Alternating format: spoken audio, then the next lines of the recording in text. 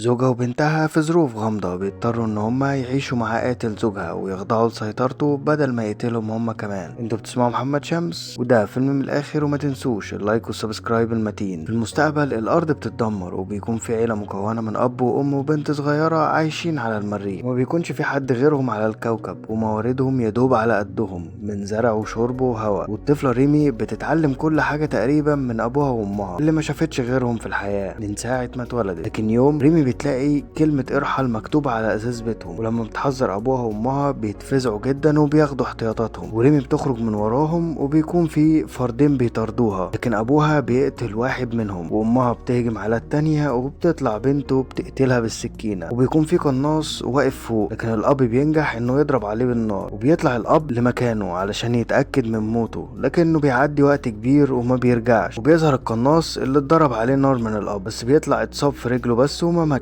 وبيأمر إليسا ان هي تهدى علشان تحافظ على حياتها هي وريمي بنتها، وبيعرفهم على نفسه انه اسمه جيري وهو صاحب البيت اللي هم قاعدين فيه ده، لان ابوه وامه كانوا عايشين هنا وهو سابهم من مدة كبيرة، وان هم ليهم حق الاختيار دلوقتي يقعدوا معاه ويعيشوا او يسيبهم يمشوا وما يعمل لهمش حاجة. وبتاخد إليسا بنتها وبتجري وبتقرر تعمل خطة علشان تتخلص منه، لكنه بيكشفها بسهولة ويعرض عليها ان هي تعيش معاه في سلام لمدة شهر، وبعد الشهر يعرض عليها اذا كانت تقتله او تكمل معاه حياتها، ده لانه متأكد ان هي بتكون قتلت حبيبته وهو كمان بيكون قتل زوجها. بتوافق على الاقتراح ده وبتقرر تكمل معاه. وخلال الايام دي بيخفي جيري كل حاجة ليها علاقة بالسلاح من البيت، ويبان ان عنده مهارات اكتر من زوج إليسا اللي مات، وده بيبان في تصليح مواسير المية، وانه كمان بيشغل روبوت لريمي علشان يبقى صديقها ويحاول يتقرب منها. لما بيحاول جيري يقرب منها اكتر بتكون كرهاه، ده لان هي متأكدة انه قتل ابوها، على عكس تصرفات امها اللي بتبتدي تدخل معاه في علاقة، لكنها بتبرر لبنتها بعد كده بانه هيجي يوم وتاخد حق ابوها اللي اتقتل. لكن ريمي مش بتكون مقتنعة بكلامها. بتاخد ريمي شنطتها وبتحاول تهرب من المكان، وبتلاقي بوابة وبتدوس على مفتاحها وتعدي الناحية التانية، بس بتتخنق لما الاكسجين بيخلص وبتقع على الارض، وبتفوق على سريرها وتكتشف ان جيري هو اللي انقذها، بس ده مش بيشفع له برضه وقتل ابوها، وبتكرهه اكتر هو وأليسا. وبعد الشهر بيسلم جيري أليسا سلاح علشان تقرر تضربه ولا تعفو عنه،